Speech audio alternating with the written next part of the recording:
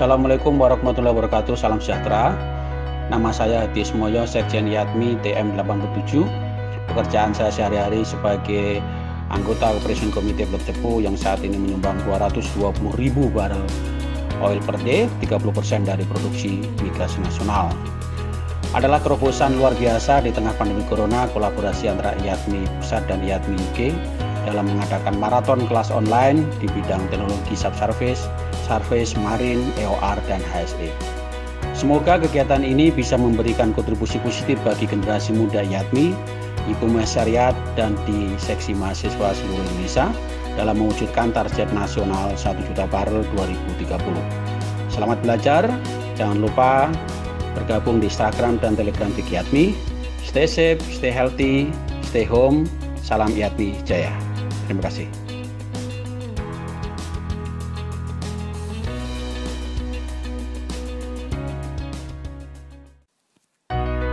Halo teman-teman semua, saya Ngurah Beni Setiawan, Ketua YATMI UK.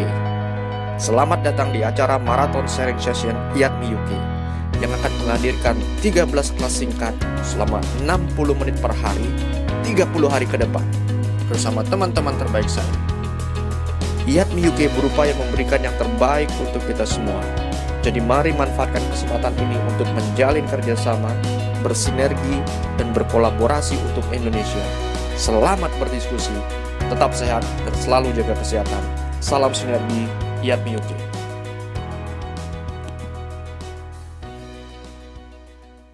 Bisa lebih dari 20 tahun, normalnya antara 25-30 tahun.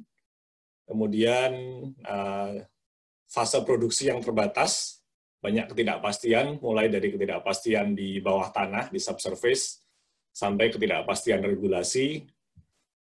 Kemudian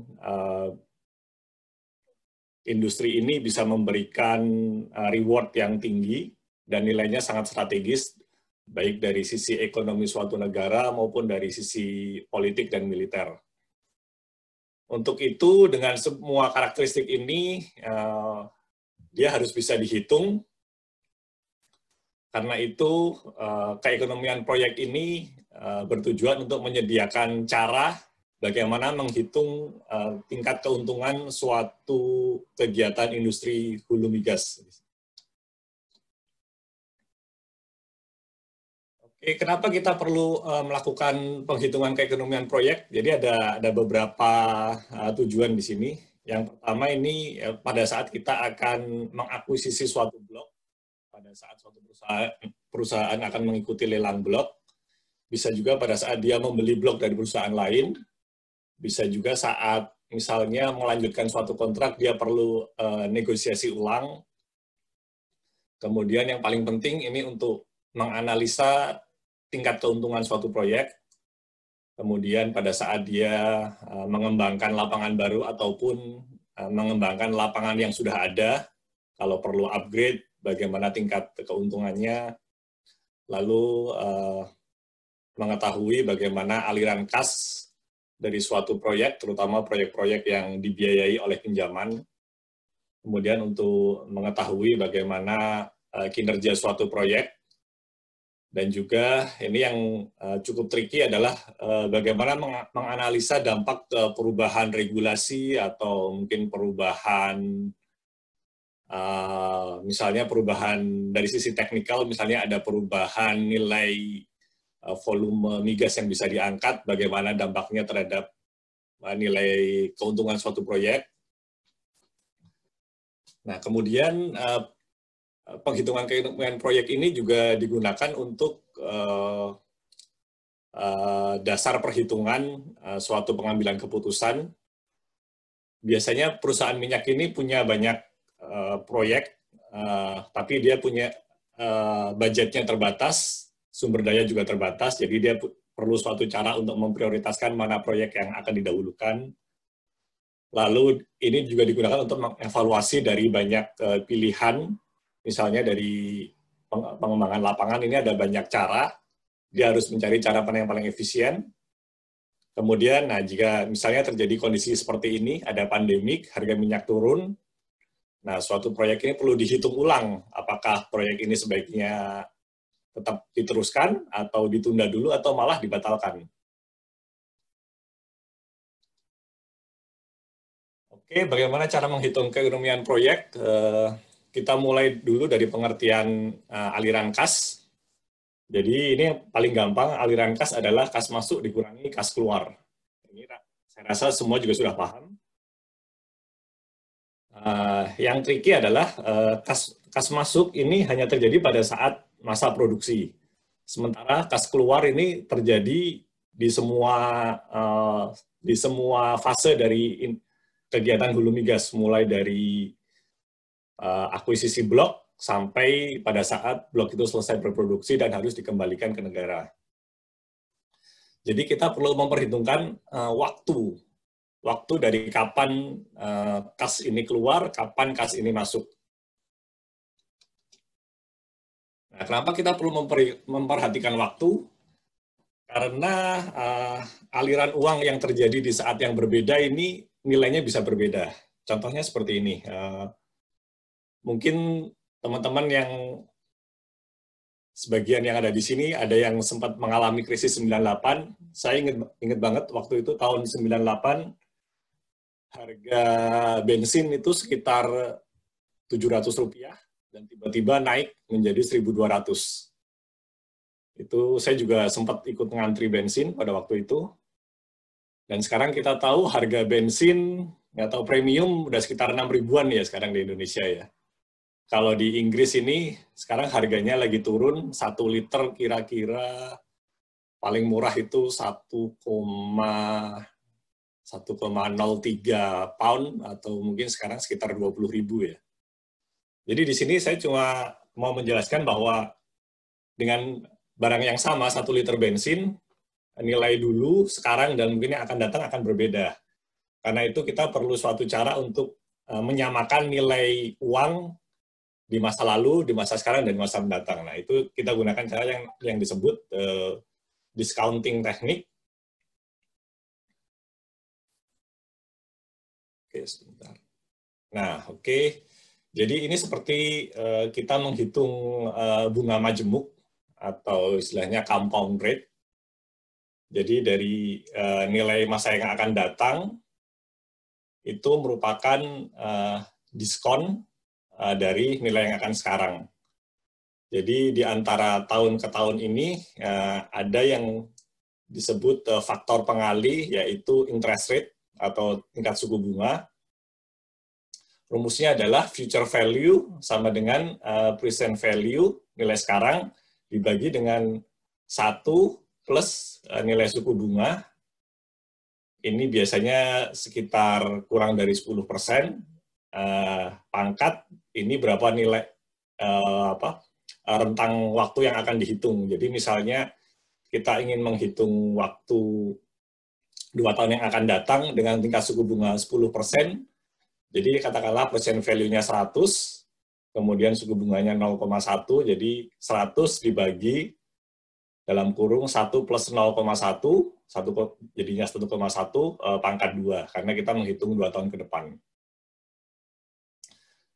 Nanti ada contohnya, jadi ini diingat-ingat sejenak dulu aja. Kemudian pengertian lain yang akan saya jelaskan adalah weighted average cost of capital.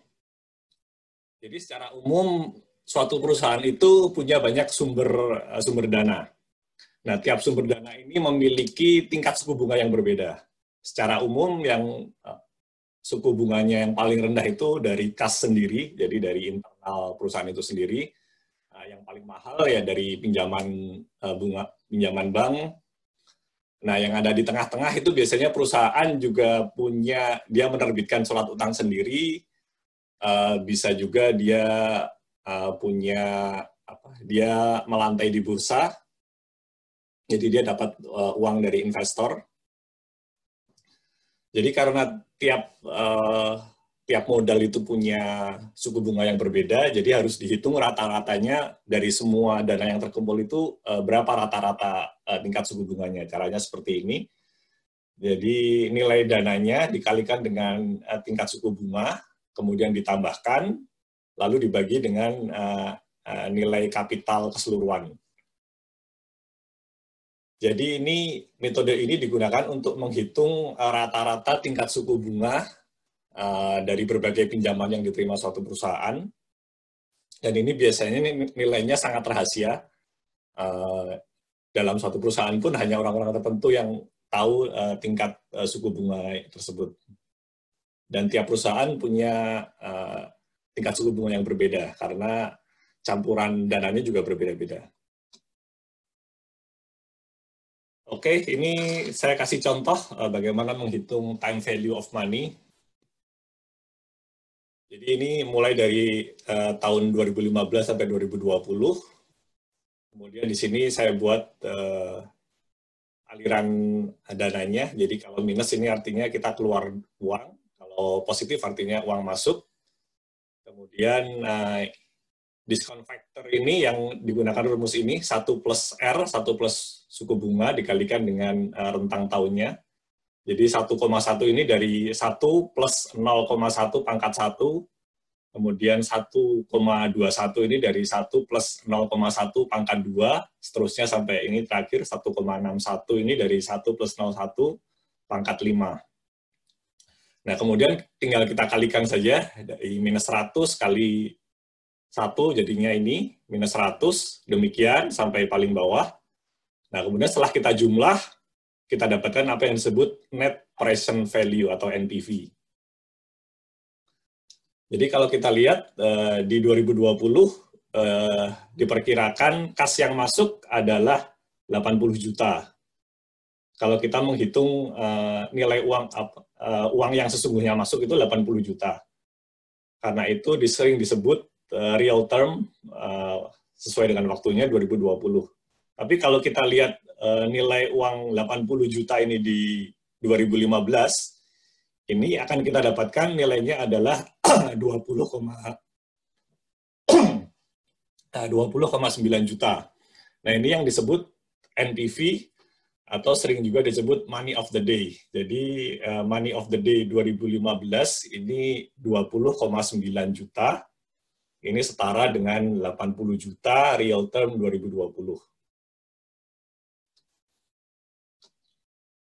Oke, lalu saya masuk ke profitability indicator atau indikator keuntungan. Jadi ini suatu indeks untuk menghitung nilai suatu proyek, digunakan untuk menilai proyek mana yang paling menarik dan bisa digunakan sebagai indikator cepat untuk menilai nilai ekonomi suatu proyek. Jadi ada 3 indikator yang umum digunakan. Dan selain ini sebenarnya ada juga beberapa tapi kurang populer, yaitu NPV, Net Present Value, sudah kita terangkan tadi. Kemudian IRR, Internal Rate of Return, ini menghitung nilai suku bunganya sebenarnya. Kemudian PIR, Profit to Investment Ratio, nanti akan saya jelaskan juga. Kemudian mulai dari IRR, jadi ini adalah tingkat suku bunga yang membuat nilai present value ini menjadi 0. Jadi biasanya caranya kita buat tingkat suku bunga yang bervariasi. Ini yang tadi contoh yang di belakang ini. Contoh yang ini. Jadi kalau saya buat nilai R ini bervariasi mulai dari mulai dari 2% sampai di atas 10%, perhitungannya akan menjadi seperti ini.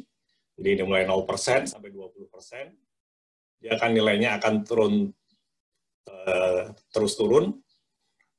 Nilai pada saat dia menjadi 0, ini yang disebut IRR. Di sini kita dapat sekitar 15%. Kemudian profit to investment ratio, ini simple aja. Jadi rumusnya NPV dibagi dengan discounted capex, capital expenditure. Jadi di sini kalau kembali ke contoh tadi, jadi nilai modal ini terjadi di 2 tahun pertama, 2015 dan 2016. Kemudian kita hitung jumlahnya dari ini minus 100 dengan minus 45. Kemudian NPV kita 20 juta. Jadi PIR kita adalah 20 juta dibagi dengan 145 juta, dapatnya 0,14. Ini artinya 1 unit investasi akan menghasilkan keuntungan 0,14. Kalau nilai ini minus, artinya menghasilkan kerugian. Oke, secara umum perbandingan dari indikator keuntungan adalah NPV ini menghitung nilai suatu proyek. Jadi plus atau minus mengindikasikan keuntungan atau kerugian. Sebagai contoh, NPV 20 juta ini berarti proyek ini bisa menghasilkan keuntungan tambahan 20 juta dibandingkan dengan jika modal itu disimpan di bank yang memberikan bunga 10% per tahun. Sementara kalau IRR, dia tidak menghitung nilai suatu proyek. Dia umumnya digunakan sebagai indikator cepat untuk menilai proyek mana yang paling atraktif. Jadi misalnya suatu perusahaan punya punya standar bahwa proyek yang atraktif adalah di atas 14%. Jadi kalau kita hitung cepat, ternyata suatu proyek IRR-nya di bawah 14%, artinya proyek itu tidak memenuhi kriteria dianggap menarik bagi suatu perusahaan. Kemudian PIR, ini menghitung rasio dan menandakan efisiensi dari suatu investasi. Sesuai tadi saya jelaskan, PIR 0,14 mengindikasikan bahwa proyek itu menghasilkan keuntungan 0,14 per investasi satu unit. Ini caranya bagaimana kita menghitung evaluasi ekonomis dalam suatu proyek migas. Jadi mulai dari masukan teknis, ini yang umum digunakan adalah berapa recoverable reserve, berapa volume migas yang bisa diangkat, kemudian bagaimana profil produksi dari awal sampai akhir, kemudian pengembangannya seperti apa, lalu nilai-nilai uang yang akan dihitung adalah capital expenditure atau nilai modal, kemudian operational expenditure atau biaya operasi, kemudian abandonment expenditure atau biaya terakhir saat kita harus pada saat kita harus mengangkat fasilitas permukaan. Kemudian bagaimana aliran dana per tahun. Kemudian kita harus menentukan asumsinya, mulai dari harga gas, eskalasi, inflasi, nilai tukar. Kemudian kita dapat hasilnya. Kemudian kita lakukan analisis sensitivitas. Oke. Jadi analisis sensitivitas ini suatu cara untuk mengukur tingkat ketahanan suatu proyek terhadap perubahan suatu variabel. Jadi variabel yang utama biasanya adalah volume migas yang bisa diangkat, kemudian profil produksi, harga minyak, dan juga nilai modal. Caranya pertama kita tentukan dulu base case atau dasarnya seperti apa. Kemudian kita ubah satu variabel dengan tetap mempertahankan variabel yang lain, lalu kita hitung ulang nilai NPV-nya. Nah, di sini yang paling penting adalah biasanya nilai migas yang bisa diangkat itu tidak fix, jadi ada beberapa range, mulai dari proven plus probable, sampai proven plus probable plus possible. Jadi ini yang nilainya paling kecil, ini yang nilainya paling besar. Nah, nanti hasilnya akan kita plot dalam suatu chart yang disebut tornado chart atau spider plot. Suatu proyek bisa dikatakan robust atau kokoh gitu, atau handal jika perubahan salah satu variabel tetap menghasilkan nilai proyek yang ekonomis. Oke, sekarang kita masuk bagian yang cukup menarik, tapi mungkin ini agak sedikit rumit, tapi moga-moga teman-teman tetap bisa mengikutinya. Oke, ini contohnya satu perusahaan minyak, Petro Cilacap Golet Keduk, BV. Dia dapat satu blok, namanya Nyi Roro Kidul, terletak di Samudra Indonesia, 50 km di sebelah selatan Cilacap, pada tahun 2010. Kemudian kontraknya berbunyi 5 tahun pertama adalah exploration and appraisal. Kalau sukses,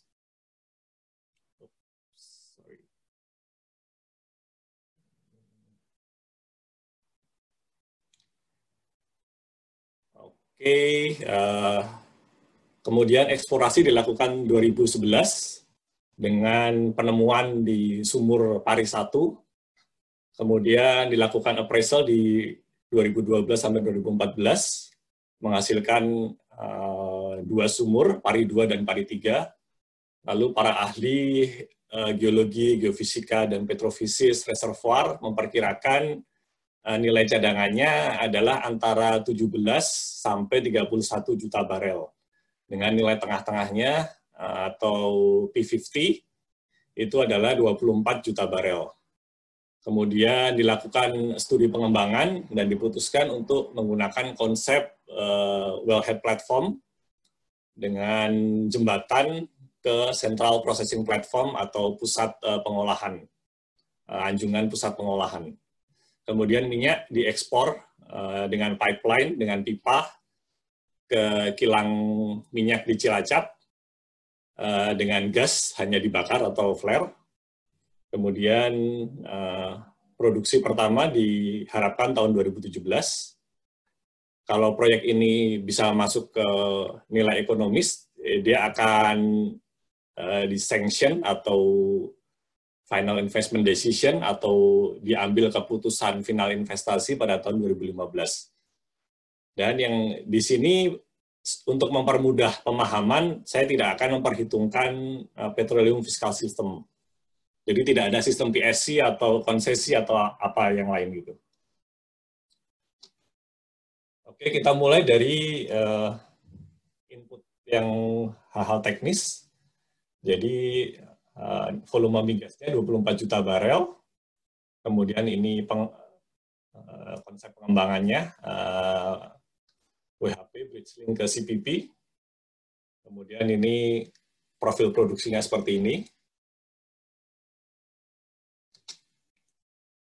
Nah, lalu perhitungan biayanya adalah mulai dari CAPEX atau modal awal. Kemudian di tahun 2017 mulai masuk produksi, mulai ada biaya operasi. Lalu di tahun terakhir 2035 ada biaya abandonment. Kemudian referensi kita adalah 2015. Kita gunakan bunga 10%. Jadi ini rumusnya discount factor 1 plus rate dengan pangkat selisih tahun. Jadi ini keterangan modal apa saja yang dikeluarkan. Kemudian ini nilai OPEX saya anggap fix untuk mempermudah. Jadi sebenarnya OPEX ini terdiri dari biaya tetap dan biaya variabel, tapi yang komponen paling besar tetap biaya tetap. Kemudian ABEC ini yang terjadi di tahun terakhir. Kemudian asumsinya adalah harga minyak tetap $50 per barel dari awal sampai akhir, tidak memperhitungkan eskalasi biaya ataupun nilai tukar. Kemudian uptime 90%, artinya dalam 1 tahun ada 10 hari yang tidak produktif, biasanya 10 hari ini digunakan untuk perawatan, jadi tidak ada produksi migas. Kemudian kriteria kita adalah NPV positif dan TIR, profit to investment ratio di atas 0,2. Kemudian ini gambaran sekilas, ini peta Indonesia, ini Cilacap, kemudian ini pengembangannya diekspor ke kilang darat. Oke, ini mulai evaluasinya. Jadi tahun pertama mulai dari CAPEX dikalikan dengan discounted factor, didapat nilai discounted CAPEX, sama juga untuk OPEX, mulai dari 2017, dikalikan dengan discounted factor. Ini discounted factor-nya di sini. Oke. Kemudian ini juga tinggal, ini cuma perkalian dari nilai OPEX dikalikan dengan discounted factor, dapat nilai ini. Kemudian sama juga untuk terakhir, abandonment, walaupun nilainya 100 juta, karena dia terjadi jauh ke depan, jadi setelah dibawa ke nilai sekarang, nilainya cuma 14 juta ya. Oke, kita dapat angka-angka di bawah ini, nggak usah dihafal. Nah, sekarang kita hitung berapa revenue dari penjualan minyak. Oke, ini dari profil produksi. Kemudian ini uptime kita 0,9. Kita dapatkan produksi per tahun. Jadi produksi per tahun ini nilai produksi per hari dikalikan uptime, dikalikan dengan jumlah hari per tahun, didapatkan nilai produksi per tahun, lalu dikalikan dengan harga minyak $50 per barel, kita dapatkan revenue. Kemudian dari revenue ini kita hitung discounted revenue, jadi revenue ini, kolom ini dikalikan dengan discounted factor. Kita dapat seperti ini, kolom yang terakhir sebelah kanan. Jadi kalau revenue secara perhitungan asli kita dapatkan 1,1 miliar, kalau discounted cuma dapat 616 juta. Oke, kalau kita buat chart, jadinya seperti ini. Jadi yang biru ini, yang bar ini aliran kas tiap tahun. Kemudian yang abu-abu ini aliran kas total atau kas kumulatif. Jadi paling dalam itu terjadi di 2017. Jadi perusahaan harus menanggung sekitar $406 juta. Kemudian perlahan mulai naik setelah ada pemasukan sampai dapat break even di tahun 2022, baru kemudian kumulatif kas menjadi positif sampai puncaknya di 2034 sekitar 115 juta, baru keluar uang lagi untuk abandonment. Jadi kas akan sedikit turun, didapat total sekitar 106 tadi terakhir ya. Oh, nggak ada di sini. Ini sekitar 106 juta ini. Oke, ini hanya tadi keterangan yang sudah saya sampaikan, bagaimana menghitungnya. Ini NPV terakhir didapat 101 juta. Kemudian kita akan coba hitung PIR. PIR-nya adalah 101 juta. Nilai NPV ini dibagi dengan discounted CapEx. Ini sekitar 432 juta, didapat 0,23. Jadi NPV positif, PIR di atas 0,2, proyek ini memenuhi kriteria ekonomis. Walaupun yang menjadi concern adalah cash exposure bisa mencapai 400 juta. Ini lumayan besar. Oke, kita buat perhitungan sensitivitas. Jadi pertama kita buat berdasarkan nilai reserve dari P90 to P10. Jadi kalau reserve yang bisa direalisasikan hanya nilai P90, NPV-nya negatif, tapi kalau bisa merealisasikan P10, dia bisa 285, cukup besar. Kemudian kita perhitungkan harga minyak, ada perubahan plus minus 20%. Kalau sampai harga minyak ini turun 20%, NPV juga kembali negatif. Kita buat kalau CAPEX-nya yang bervariasi plus minus 20%, hasilnya masih tetap positif.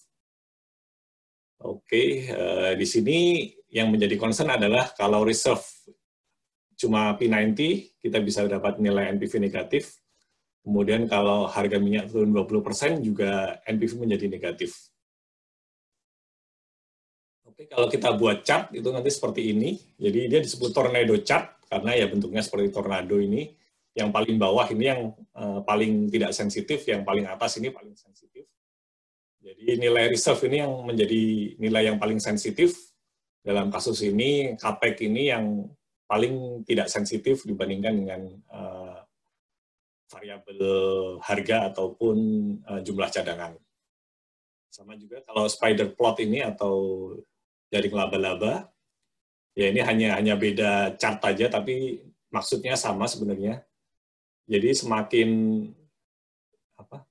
ini grafiknya semakin curam, itu artinya semakin sensitif. Ini untuk reserve. Juga semakin lebar ini berarti rentangnya juga semakin besar.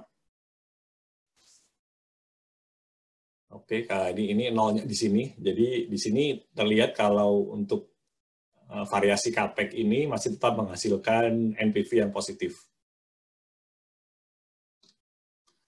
Oke, ini penutup dari presentasi saya. Jadi ini hanyalah perhitungan untuk keekonomian proyek, tapi untuk proyek hulu migas ini sebenarnya kita harus menghitung peraturan yang berlaku yang disebut Petroleum Fiscal System. Jadi kalau kita lihat balik di sini, di Petroleum Fiscal System dia akan mengatur bagaimana pembagian revenue ini. Jadi di sini kita asumsikan bahwa revenue semua diambil oleh perusahaan. Dalam prakteknya selalu ada bagian revenue yang diambil oleh negara dalam bentuk royalti atau mungkin dalam bentuk government share atau dalam bentuk pajak atau gabungan dari ketiganya. Jadi nanti yang akan diterima perusahaan lebih kecil lagi, sementara pengeluaran ini semuanya ditanggung oleh perusahaan. Oke, jadi nanti akan ada perhitungan, tapi kalau langsung kita pelajari hal itu, biasanya terlalu rumit untuk pemula. Karena itu saya sampaikan keekonomian proyek terlebih dahulu. Jadi kalau nanti proyek ekonomik digabungkan dengan Petroleum Fiscal System, ini menjadi apa yang disebut petroleum ekonomik atau keekonomian perminyakan. Oke, dari saya itu saja, sudah hampir 40 menit. Saya buka sesi tanya-jawab. Silahkan beli Benny untuk memandu, saya kembalikan. Oke, terima kasih Mas Puput. Kita buka pertanyaan, silakan teman-teman yang mau bertanya bisa manfaatkan raise up hand fitur di Zoom. Saya mulai yang pertama ya dari Mas Hadi Askari. Silakan Mas Hadi, saya unmute sekarang.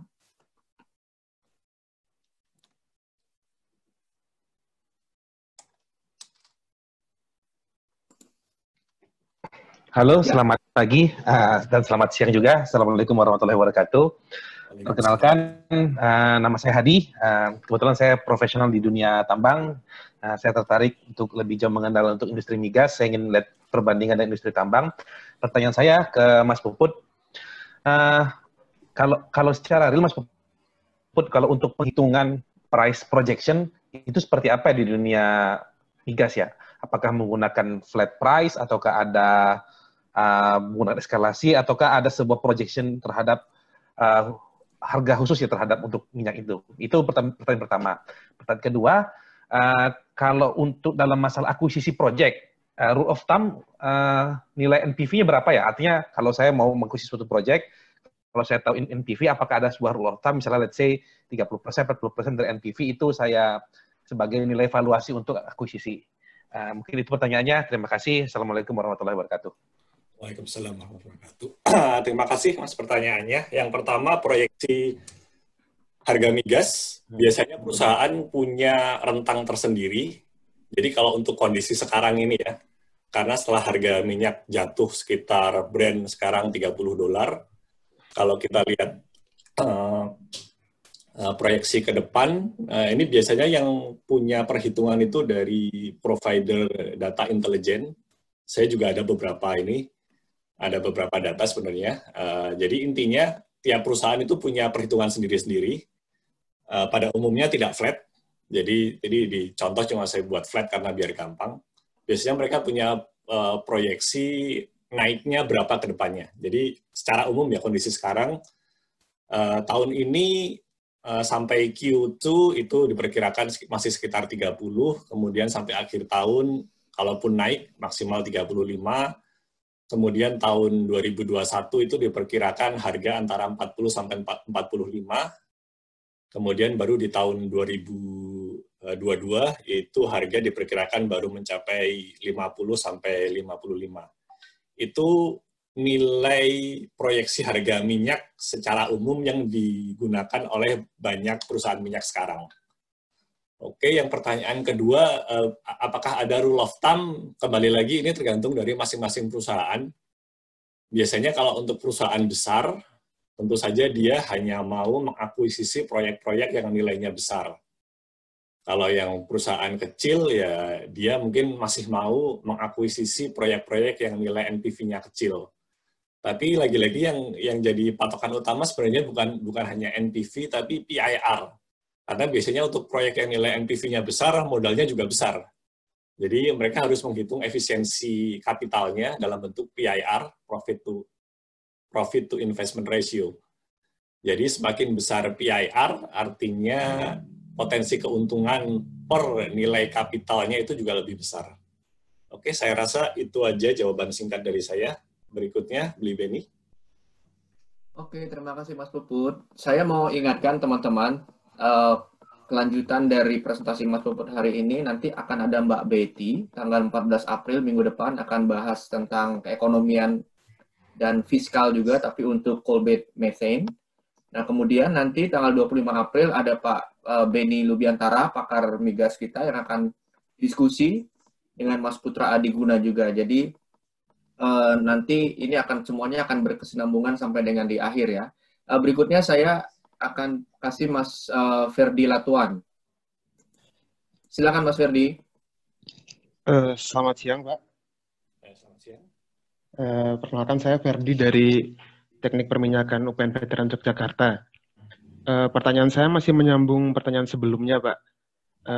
Sebagaimana tadi sudah Bapak jelaskan bahwa ada beberapa indikator keekonomian migas dalam keekonomian proyek dalam kita menilai sebuah proyek itu ekonomis atau enggak. Nah, yang ingin saya tanyakan adalah batasan dari yang pertama, apa perbedaan antara profit investment ratio dengan discounted profit investment ratio? Karena yang saya dapatkan waktu kuliah itu ada dua itu, dan mungkin di sini Bapak bisa tolong diperjelas lagi apa perbedaannya.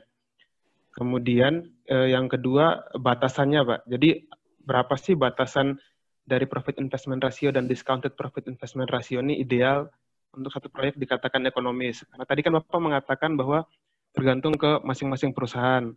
Nah, tetapi kalau di contoh tadi kan 0,2 ya, Pak. Nah, itu kalau yang saya dapat di kuliah itu kayak kecil gitu, Pak. Jadi sebenarnya berapa sih batasan yang ideal untuk satu proyek itu dikatakan ekonomis? Ya, saya kira itu saja, Pak. Terima kasih. Oke, terima kasih. Jadi sebenarnya PIR, Profit to Investment Ratio, ini sudah memperhitungkan discount factor ya. Jadi kalau saya buat ini, jadi kalau PIR ini sudah memperhitungkan discounted capex. Tapi ada juga beberapa yang memberi definisi bahwa PIR ini adalah NPV per capex tanpa diskon. Jadi itu bedanya itu sih, sebenarnya cuma beda masalah istilah aja sih. Kalau di sini saya katakan PIR ini sudah memperhitungkan discounted capex, tapi ada beberapa pengertian yang lain, PIR ini masih tanpa memperhitungkan diskon. Jadi mereka menggunakan istilah lain, discounted PIR, itu artinya NPV per discounted capex. Jadi ini hanya masalah pengertian aja ya. Ada beberapa pihak itu menggunakan pengertian bahwa PIR adalah NPV per capex tanpa diskon faktor. Ada juga yang kemudian menggunakan istilah discounted PIR itu untuk memberi pengertian ini, NPV per discounted capex. Jadi hanya masalah beda istilah aja sih. Nggak usah dibuat bingung lah kalau itu. Lihat aja ini faktor pembaginya apa, discounted capex atau capex murni yang di sini nih, yang di sini nih. Kemudian berapa nilai yang dianggap ekonomis? Kelihatannya 0,2 itu kecil ya. Cuma itu salah satu perusahaan besar, saya nggak bisa sebut mereknya, itu menggunakan nilai 0,2 sebagai indikatornya. Jadi kalau di atas 0,2 sudah dianggap ekonomis, kalau di bawah 0,2 artinya proyek itu nggak ekonomis. Jadi meskipun kelihatannya kecil, tapi nilai itu dalam kondisi real digunakan satu perusahaan minyak besar. Perusahaan minyak yang lain yang lebih kecil, mungkin malah nilai PIR-nya lebih kecil lagi. Oke, saya rasa sih itu aja jawaban singkat dari saya. Beli Beni, mungkin kalau ada yang lain. Oke, Mas Pupu, terima kasih. Saya mau izinkan sekarang teman kita dari IATMI KL, ada Mas Afidianto Setiawan. Silakan Mas Afi ya. Halo, bisa didengar? Ya, gimana Bang Afi? Assalamualaikum, selamat pagi. Waalaikumsalam. Terima kasih pemaparannya Mas Puput, sungguh menarik. Saya punya 3 pertanyaan, mohon maaf borongan. Yang pertama adalah dalam economic analysis, apakah kita harus menggunakan 3 metode yang tadi sudah dijelaskan, IRR, NPV dengan PIR sekaligus, atau bisa ditinggalkan hanya satu atau salah satu saja? yang kemudian menurut history data dengan forecast data yang tadi Mas Puput sempat bilang, kira-kira percentage perubahan oil price ini dalam hitungan sensitivity minimum dan maksimum berapa ya? Terus yang ketiga, kan tadi Mas Puput sempat bilang dalam prosesnya perhitungan economic analysis ini selalu diupdate. Nah, itu kalau misalnya kayak sekarang tiba-tiba di tengah-tengah project ternyata ada yang negatif, apakah terus langsung diberhentikan atau dilanjutkan dan apa parameternya? Terima kasih. Sukses buat semua. Oke, terima kasih Mas Safi. Mas Safi ini sebenarnya udah pakar ini kok. Tiba-tiba hadir juga di sini nih, luar biasa. Oke, yang pertanyaan pertama, apakah yang mana ya? Nah ini ya, apakah 3 indikator ini akan selalu digunakan? Secara umum dari pengalaman saya di beberapa company ini semua selalu digunakan, tapi sebenarnya sih nggak perlu semuanya juga sih. Yang paling penting sebenarnya adalah NPV dan juga PIR. Cuma karena sebenarnya kan perhitungannya kan ya sama aja sih, kalau apalagi sekarang kan udah tinggal dimasukin ke software, tinggal pakai Excel aja juga bisa sih, tinggal kita masukin angka di Excel, nanti otomatis dia keluar angka ini NPV, IRR, dan PIR sekaligus. Jadi ya istilahnya udah nggak kerja 2 kali lagi gitu. Jadi sekali kita masukin data, langsung keluar ketiga-tiganya, bahkan jauh lebih banyak lagi sebenarnya indikator yang lain gitu. Jadi kalau ditanya apakah perlu 3-tiganya digunakan sekaligus, jawabannya enggak. Cuma karena sekarang dari segi kemudahan udah ada software, biasanya ya perusahaan pakai ketiga indikator ini sekaligus gitu. Kemudian yang pertanyaan kedua itu tentang sensitivitas harga minyak ya. Wah, ini pertanyaannya agak tricky ini. Karena saya ada data dari intelligent provider, ada 2 intelligent provider yang saya amati hampir setiap hari. Itu ya rentangnya sih sebenarnya nggak terlalu lebar untuk kondisi sekarang ini. Jadi sekarang ini dengan harga Brent $30 per barrel, itu rentangnya hanya sekitar sekitar 20 sampai maksimum 35 untuk sampai Q2 ini.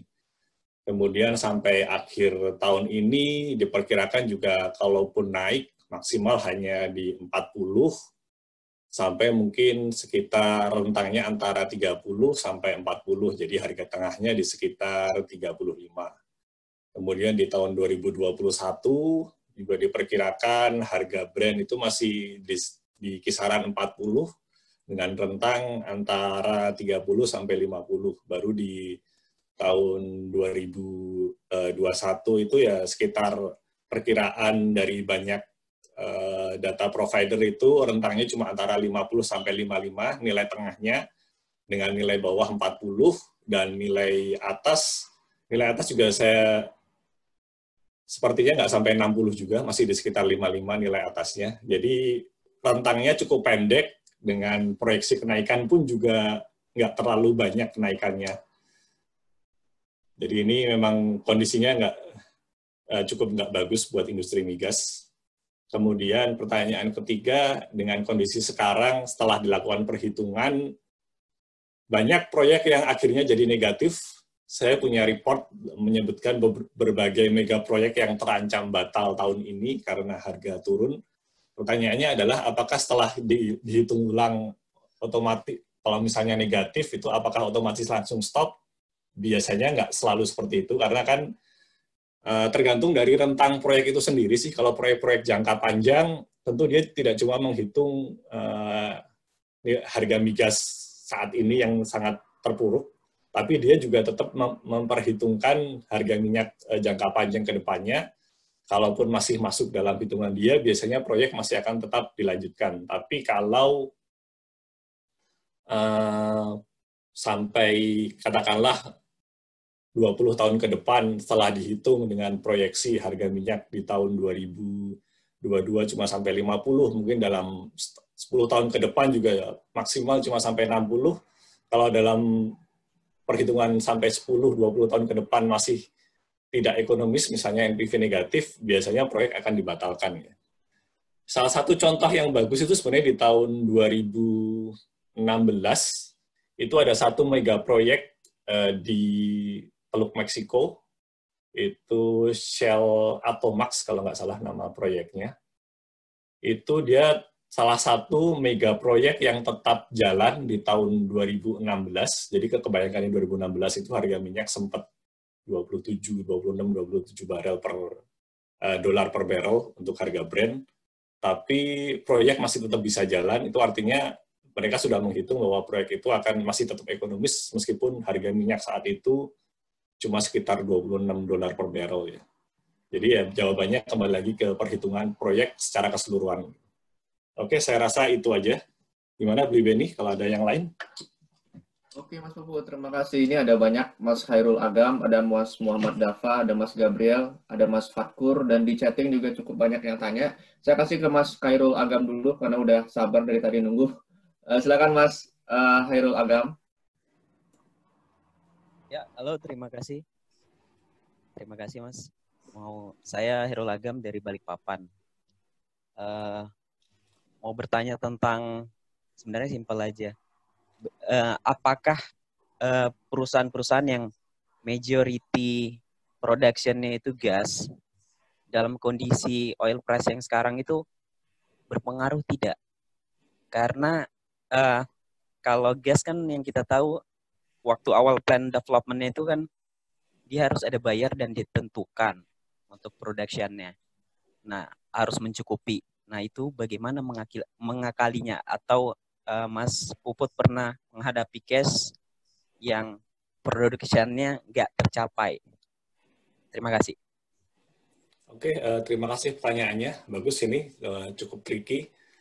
Oke, untuk kasus perusahaan gas memang biasanya ya saya katakan lagi, mereka punya GSA, Gas Sales Agreement, yang biasanya mengcover harga dalam jangka panjang. Nah, cuma yang perlu diperhatikan bahwa meskipun kontrak dalam jangka panjang, biasanya harga gas itu ada yang disebut floor price, ada yang disebut selling price. Jadi floor price ini harga paling rendah berapa, kemudian selling price ini harga paling tinggi berapa. Dan biasanya formula harga gas itu selalu dikaitkan dengan harga minyak. Jadi harga gas itu tetap tergantung dari harga minyak. Cuma dia rentang fluktuasinya nggak seliar harga minyak, karena dia ada batasan harga atas dan harga bawah gitu. Cuma lagi kondisi sekarang ini sebenarnya proyek gas itu cenderung mirip dengan proyek minyak. Jadi banyak kasus di proyek-proyek gas yang sekarang ini, terutama untuk LNG, dia tidak lagi tergantung dari GSA jangka panjang. Kalau yang dulu kan namanya GSA itu biasanya minimal 20 tahun. Kalau yang sekarang ini, bahkan perusahaan tanpa GSA jangka panjang pun sudah berani investasi. Jadi nanti harga LNG ini dijual di pasar spot. Jadi dia tidak dalam jangka panjang, tapi ya begitu LNG ini jadi, langsung dilempar ke pasar. Karena sekarang ini banyak negara yang bisa menyerap LNG, dan juga persaingan dari produsen LNG ini juga luar biasa. Sekarang banyak banget produsen LNG di dunia. Dulu mungkin zaman saya masih kecil, atau mungkin sebelum saya lahir, itu Indonesia termasuk yang produsen LNG terbesar ya, waktu itu dengan Arun dan juga Bontang, kemudian baru disalip Qatar dengan Qatar Gas itu. Nah, kalau sekarang ini di Australia itu kayaknya sekarang nomor 1 Australia, kemudian Qatar, Malaysia pun juga kapasitas LNG-nya besar banget. Jadi harga gas ini udah seperti harga minyak aja, jadi dia fluktuasinya juga luar biasa sekarang, dan perusahaan tidak selalu punya GSA jangka panjang pada saat dia memutuskan untuk investasi di proyek gas. Oke, jadi ya istilahnya sekarang banyak perusahaan gas yang terancam rugi ini. Saya sebenarnya punya datanya itu beberapa produsen gas yang dengan harga sekarang ini kondisinya sudah sangat merugi sebenarnya. Tapi ya mereka mau nggak mau tetap harus jalan karena kan kebanyakan modalnya dalam bentuk pinjaman. Jadi kalaupun dia stop produksi bisa lebih parah lagi kan, dia bisa jadi dia nggak bisa bayar pinjamannya kan. Oke, saya rasa itu aja jawaban dari saya. Silakan Bli Beni. Terima kasih Mas Puput ya. Ini setelah Mas Muhammad Dafa, sepertinya kita mau address dulu pertanyaan dari chat Mas Puput ya. Cukup banyak yang dari chat sudah ketahan. Saya mau persilakan Mas Muhammad Dafa. Silakan Mas.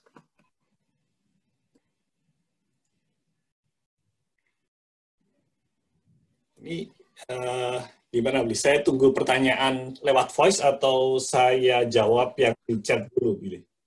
Saya undang Mas Muhammad Dafa dulu ya. Oke.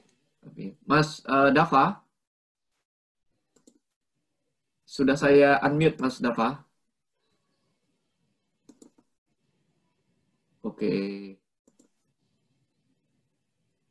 Oke, kita ke chat dulu aja, Mas Puput. Oke, saya coba baca chatnya dulu. Ini ada pertanyaan, jika ingin mengambil blok migas secara sederhana, apa saja yang perlu dicek dan dipertimbangkan? Wah, ini pertanyaannya simple, tapi jawabannya panjang, ini bisa tricky ini. Oke, secara sederhana, kalau untuk mengambil blok migas, yang pertama jelas, berapa cadangan yang tersisa yang bisa diangkat, itu parameter pertama.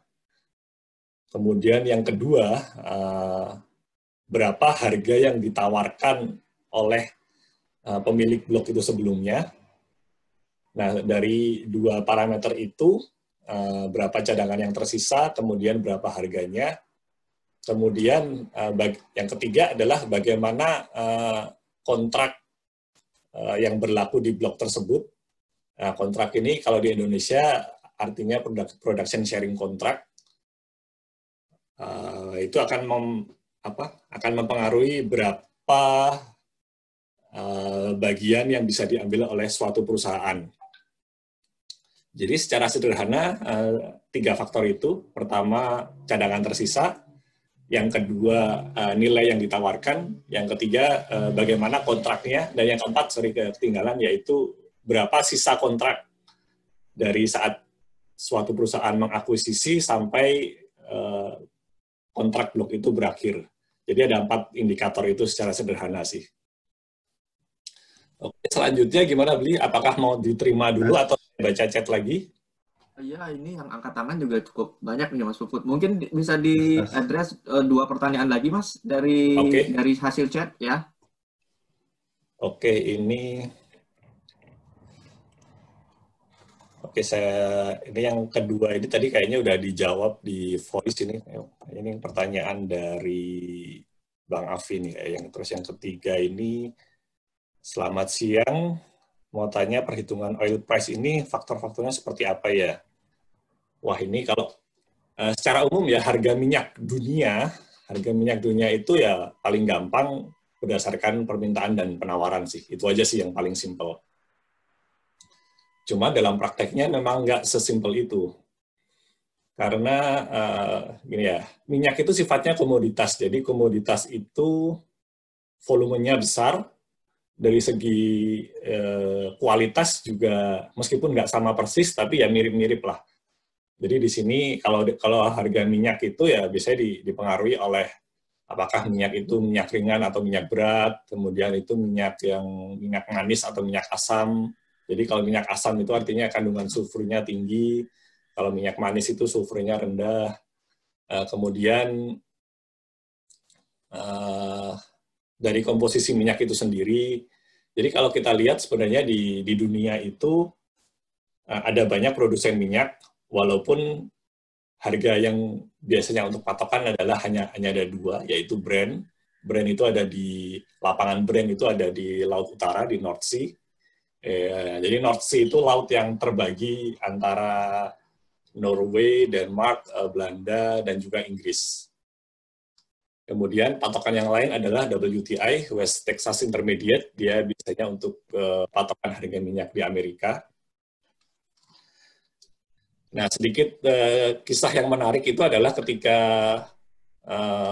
awal bulan Maret itu, pada saat OPEC Plus, jadi OPEC dan juga Rusia tidak mencapai kata sepakat, kemudian Saudi secara sepihak dia memutuskan untuk mendiskon harga minyaknya, yang langsung berakibat harga minyak runtuh. Itu kejatuhan terbesar dalam sejarah harga minyak, kejatuhan terbesar di luar dari faktor perang, dari harga sekitar 45 jadi drop ke sekitar 35. Karena begitu Saudi memutuskan untuk mendiskon harga minyaknya, otomatis produsen lain mau nggak mau harus mengikuti. Karena kenapa? Kalau misalnya produsen lain, Saudi nurunin harga dari, karena kan harga minyak Saudi itu sedikit di bawah Brent. Jadi kalau nggak salah waktu harga Brent 45, harga minyak Saudi itu sekitar 43, dia turunin ke harga 30-an lah, 32, 33, 34.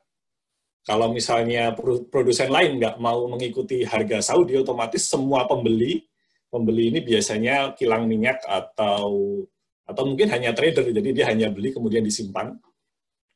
Nanti pembeli semua akan beralih ke minyak Saudi, dan artinya minyak-minyak yang lain bisa nggak laku. Jadi mau nggak mau yang produsen minyak lain juga ikut-ikutan nurunin harga.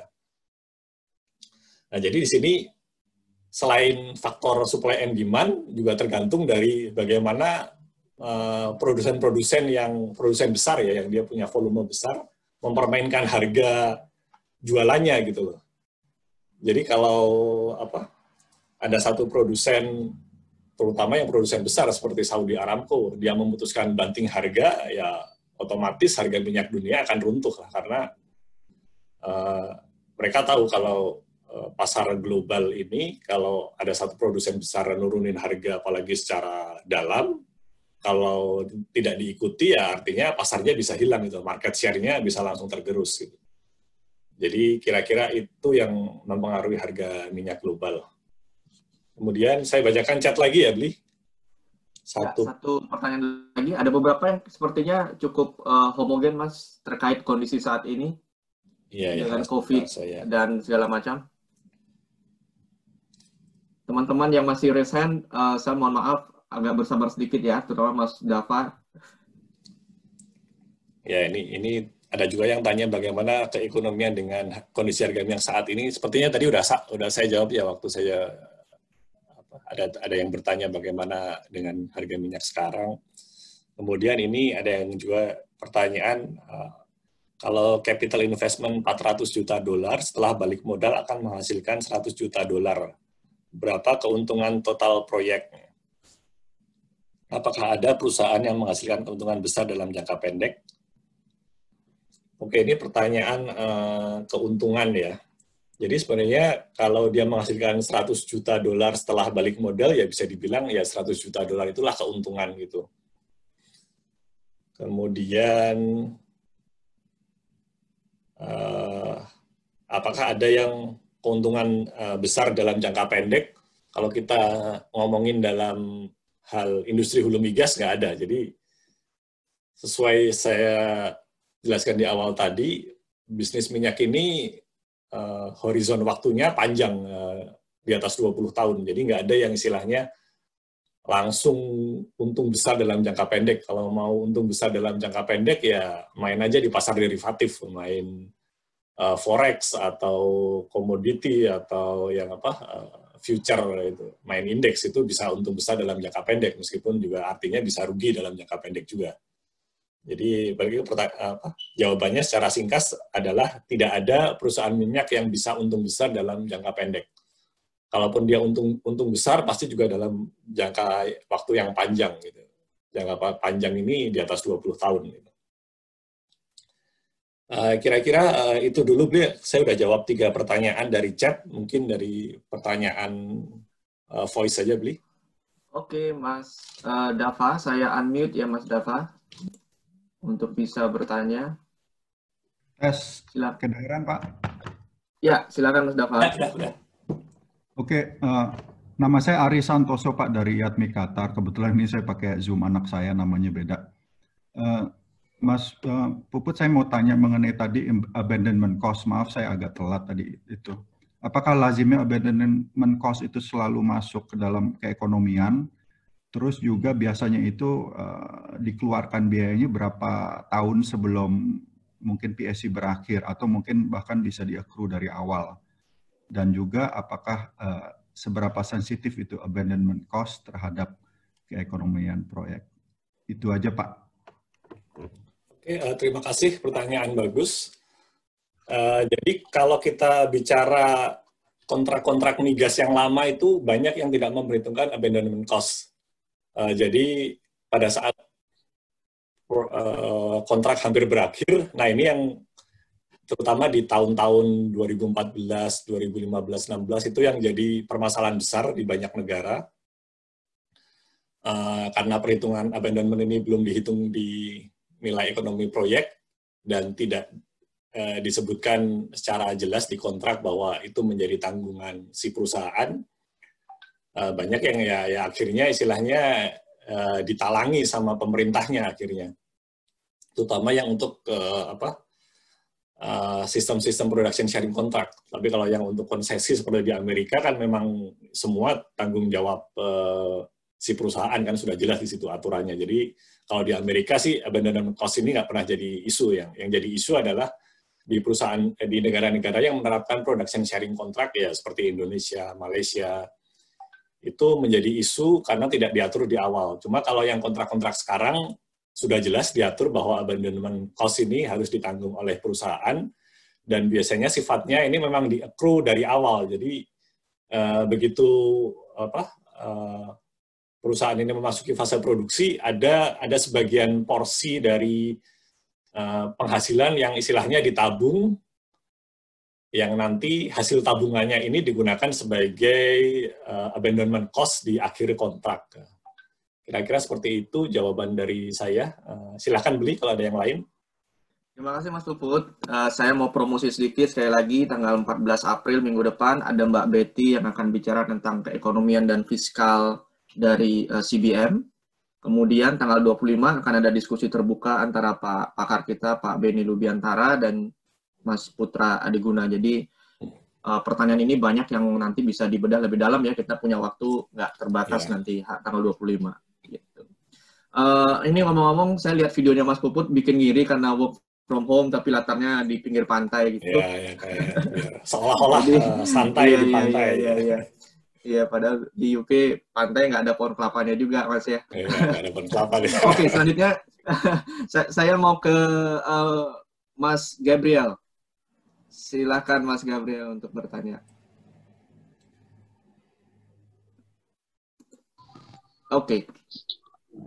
Ya, selamat sore buat Mas Puput. Juga terima kasih untuk paparannya, sangat bermanfaat.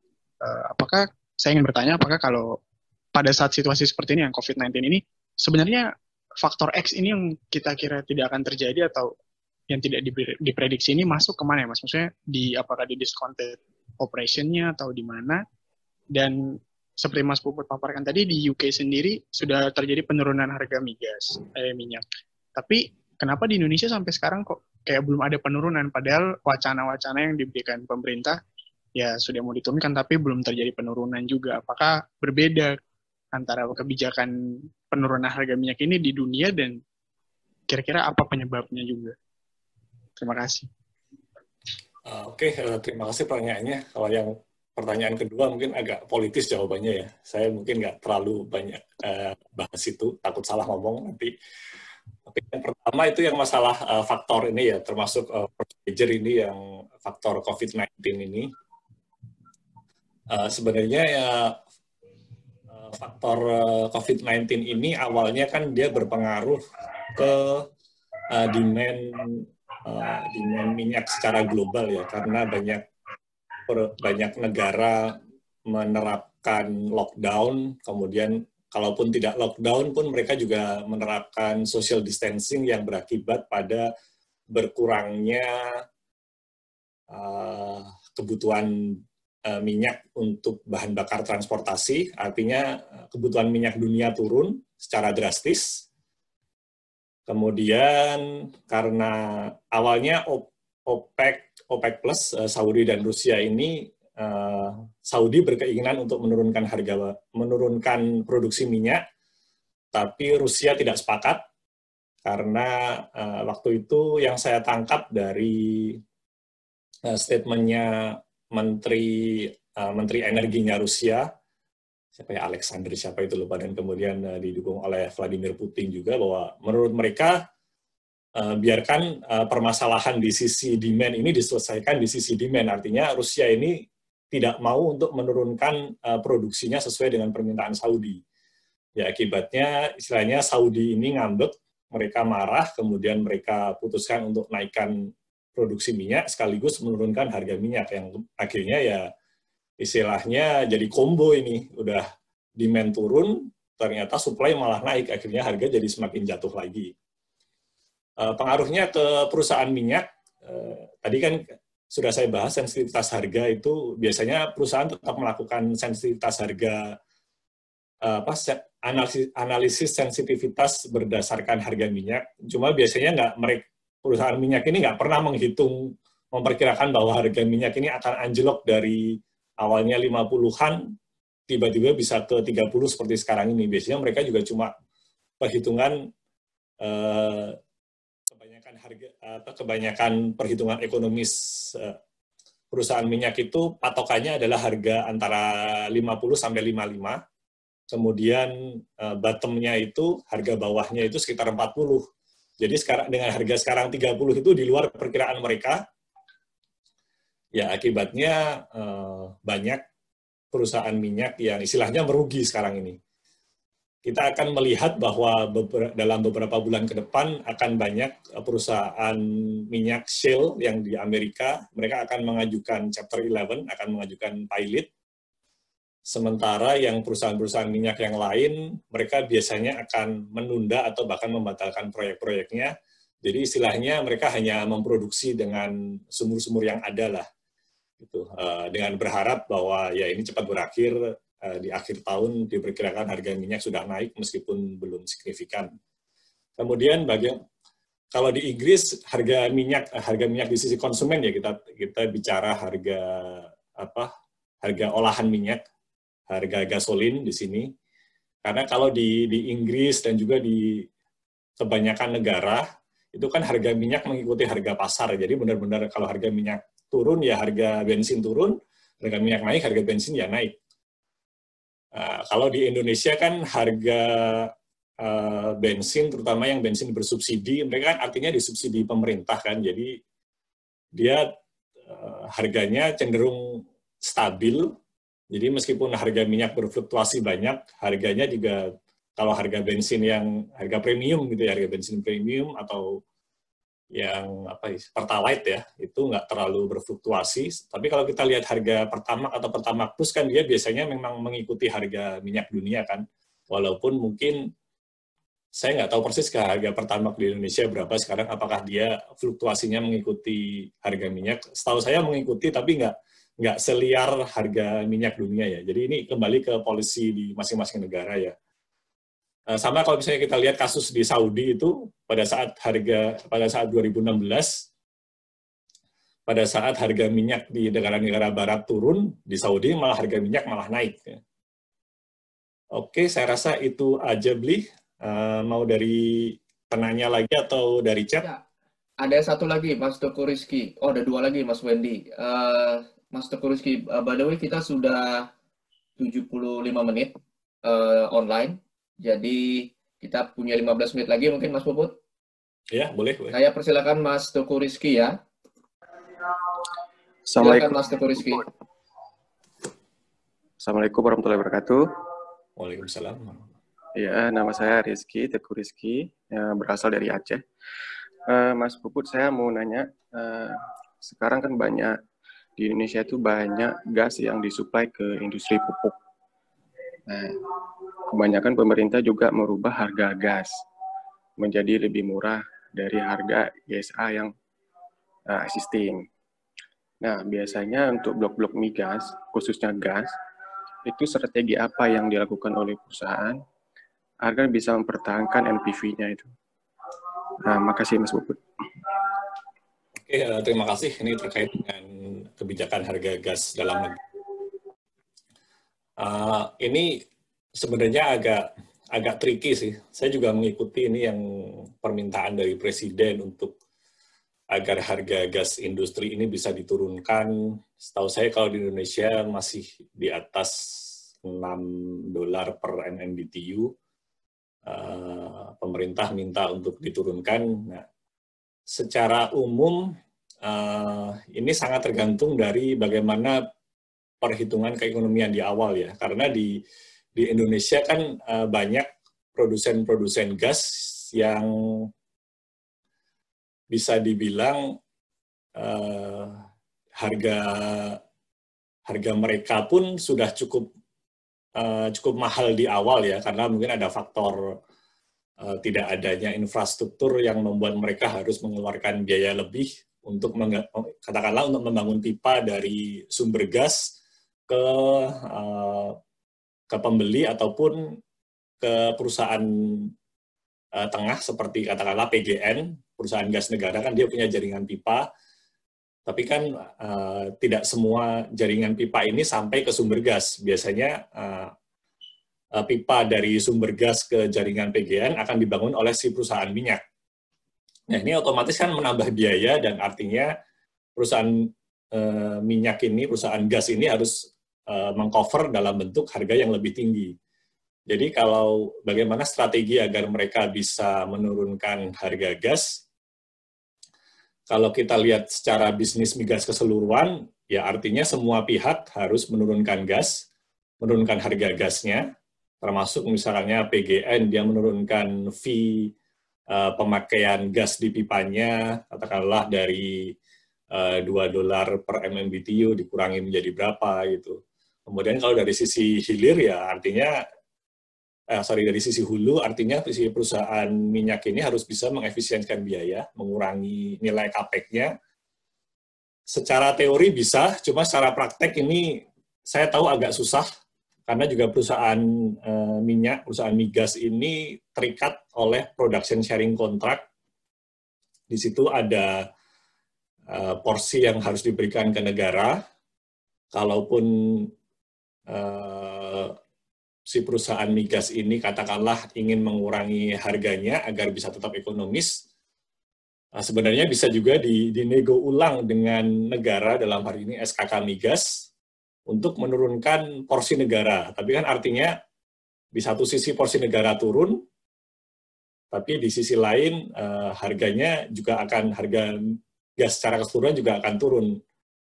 Artinya ada potensi kerugian negara juga gitu ya. Jadi lagi-lagi ini istilahnya bulat gitu loh. Jadi agak tricky, nggak segampang permintaan untuk menurunkan harga gas karena banyak faktor harga gas dari sumbernya, kemudian ke perusahaan tengah yang pengangkutan gas sampai akhirnya dia masuk ke industri gitu. Harus ada banyak pihak yang berkorban kalau mau menurunkan harga gas dan karena masing-masing pihak ini punya kepentingan yang berbeda, jadi ya sampai sekarang bisa dibilang masih agak susah merealisasikan permintaan penurunan harga gas. Kira-kira itu jawaban singkat dari saya, semoga sedikit mencerahkan. Silahkan Beli, bagaimana selanjutnya? Terima kasih Mas Puput, kita punya waktu 10 menit lagi. Saya sekarang mau minta partisipasi teman-teman semua, karena ini kita sudah di penghujung acara, untuk bisa kasih evaluasi ke kami, ke IATMI UK. Saya akan launching polling, kemudian silakan nanti diberi komentar, diberi skor, ada beberapa opsi. Polling ini nggak akan lebih dari 1 menit untuk semua peserta. Saya launching sekarang ya. Oke. Ya, silakan. Ada beberapa pertanyaan yang kami tanyakan, mulai dari cara teman-teman mendapatkan informasi, kemudian bisa secara keseluruhan, meskipun kita baru punya 2 sesi, jadi silakan sementara karena kita masih ada 13 sesi ke depan. Kalau memang ada evaluasi, kita ingin segera perbaiki, termasuk aspek cara pendaftaran, ketepatan waktu, durasi acara, materi dari pembicara, dan dinamika diskusi. Jadi saya mohon partisipasinya semua ya. Ini sangat penting bagi kami, bagi YATMI UK untuk evaluasi kami sendiri, bagaimana acara ini bisa disambut oleh teman-teman di Indonesia.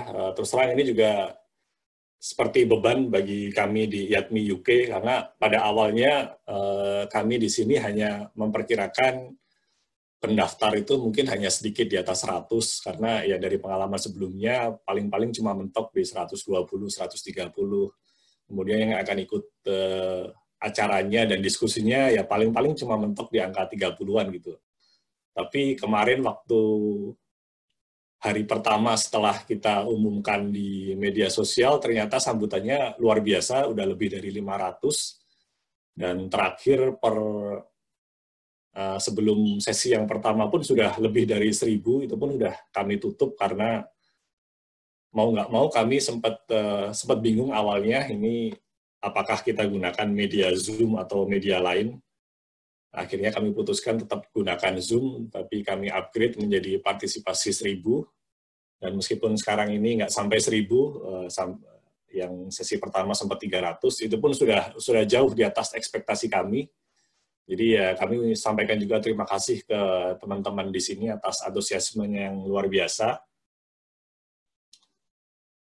Dan jangan lupa untuk kedepannya masih banyak topik-topik lain yang lebih menarik, yang topik-topik yang lebih sifatnya lebih advance daripada yang 2 sesi awal ini. 2 sesi awal ini sifatnya hanya pengenalan. Jadi mungkin untuk teman-teman yang sudah profesional, yang sudah misalnya bekerja di industri migas, mungkin topik-topik ini terlalu dangkal ya, terlalu simpel, sudah diketahui dari dulu. Tapi memang ini 2 topik awal ini sebenarnya memang dirancang untuk mahasiswa ataupun fresh graduate ya, biar mereka lebih paham dunia migas secara keseluruhan. Karena itu ini topiknya tidak dibatasi untuk yang mahasiswa perminyakan, geologi, geofisika saja, tapi untuk semua mahasiswa. Ya, kita masih tunggu. Saya juga encourage teman-teman semua, seperti yang Mas Puput katakan, karena ini adalah acara volunteer, di tengah kita ingin mengisi waktu untuk tetap produktif ya di tengah wabah COVID ini. Jadi saya encourage benar untuk teman-teman yang kemarin sudah mendaftar, teman-temannya mungkin di luar yang masih bisa in touch dengan teman-temannya sekarang, silakan di-encourage untuk tetap ikut sampai di ujung acara. Karena ya ini kita lakukan gratis tanpa biaya, dan partisipasi dari teman-teman jadi kunci utama. Dan saya juga ucapkan terima kasih untuk dukungan dari YATMI Pusat yang sejak acara ini kita inisiasi sampai dengan hari ini selalu mendukung para senior dari YATMI Pusat di Jakarta. Saya masih menunggu, sejauh ini baru 59% yang voting. Mungkin 40% lagi HP-nya ditinggal kayaknya nih. Jadi saya berusaha tunggu sampai 5 menit. Ini sudah menit ke 4,5 menit. Mungkin meanwhile Mas Puput bisa diadres yang di chat barangkali Mas Puput. Oh, oke ya. Sambil menunggu. Oke, saya coba baca dulu chatnya.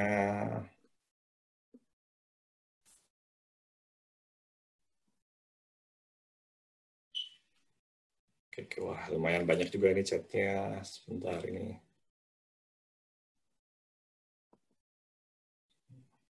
Oh ya, satu lagi mungkin Mas Puput sambil checking chat.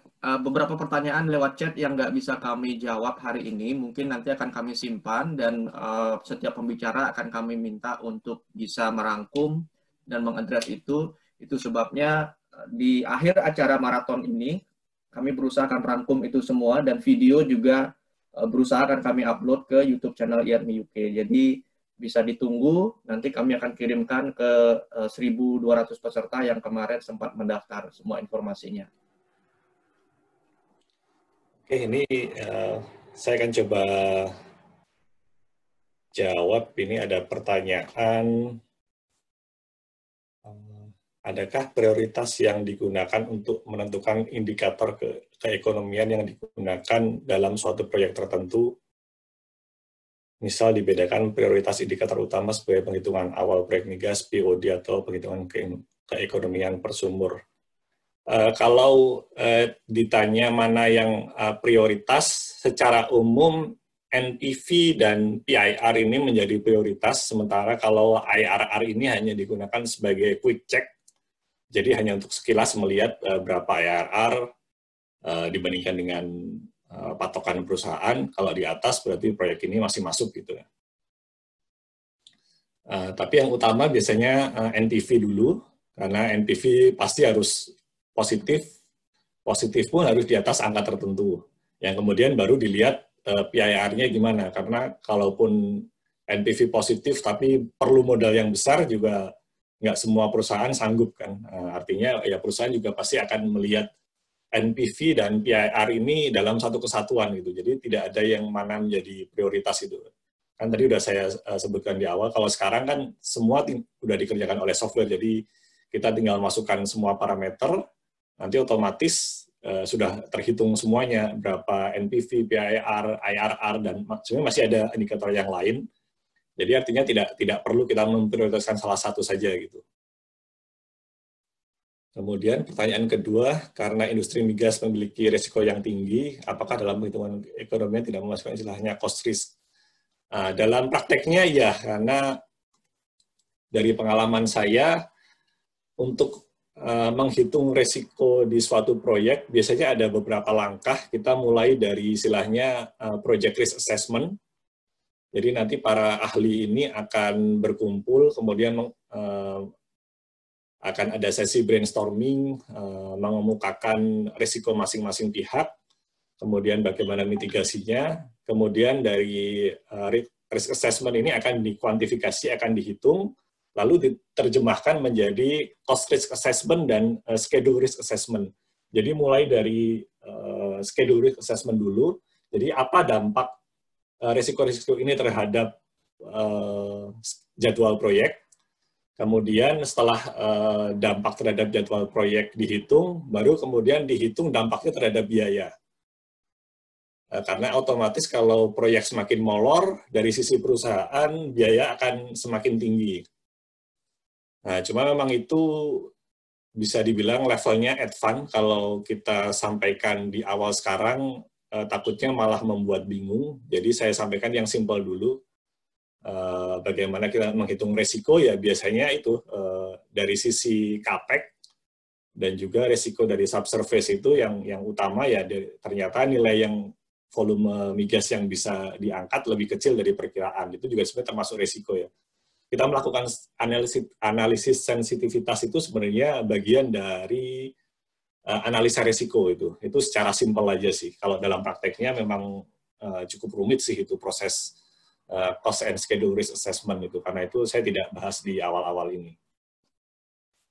Oke, terima kasih banyak Mas Puput. Kita sudah 1 menit menuju 8.30. Saya akan tutup polling dulu ya Mas Puput. Oke. Terima kasih untuk teman-teman yang sudah partisipasi. Ada 69% yang sudah cast votes. Ini akan jadi evaluasi kami malam ini. Sepertinya kita cukupkan untuk etapa maraton hari ini, Mas Puput. Oke, boleh. Saya sekali lagi saya ucapkan terima kasih untuk teman-teman semua yang sudah standby selama 90 menit. Saya ingatkan sekali lagi, minggu depan itu ada tanggal 14 April akan ada Mbak Betty yang akan bahas keekonomian dari CBM. Kemudian tanggal 15 akan ada Mas Eko Yuda dari Norwegia yang akan bicara tentang pengenalan teknik dan operasi pemboran. Jadi cocok untuk teman-teman mahasiswa. Silakan sekali lagi di-encourage teman-temannya yang sudah mendaftar tapi belum sempat bergabung. Kemudian hari berikutnya, tanggal 16, akan ada saya sendiri yang akan cerita tentang bagaimana optimasi pemboran menggunakan pendekatan geomekanika. dan jadwal-jadwal berikutnya nanti bisa dilihat di LinkedIn page dan sosial media IATMI UK. Terima kasih sekali lagi Mas Puput dan teman-teman semua. Saya atas nama teman-teman IATMI UK dan pembicara yang lain, sekali lagi ucapkan terima kasih. Dan kalau ada kekurangan, silakan bisa saran yang kira-kira bisa membangun, bisa di email langsung ke IATMI UK. Dan terima kasih atas partisipasinya di polling pada hari ini juga. Dan Mas Puput, terima kasih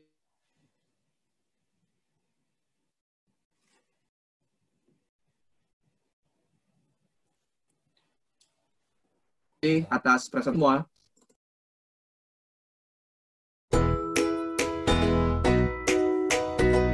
Halo teman-teman semua. Terima kasih telah mengikuti diskusi hari ini sampai selesai. Semoga teman-teman bisa mendapat manfaat dari acara hari ini. IATMI UK akan mengirimkan survei evaluasi setelah acara ini. Jadi kami mohon saran dan juga kritik untuk perbaikan di masa depan. Terima kasih dan sampai jumpa di sesi maraton berikutnya. Tetap sehat dan jaga kesehatan. Salam sinergi, IATMI UK.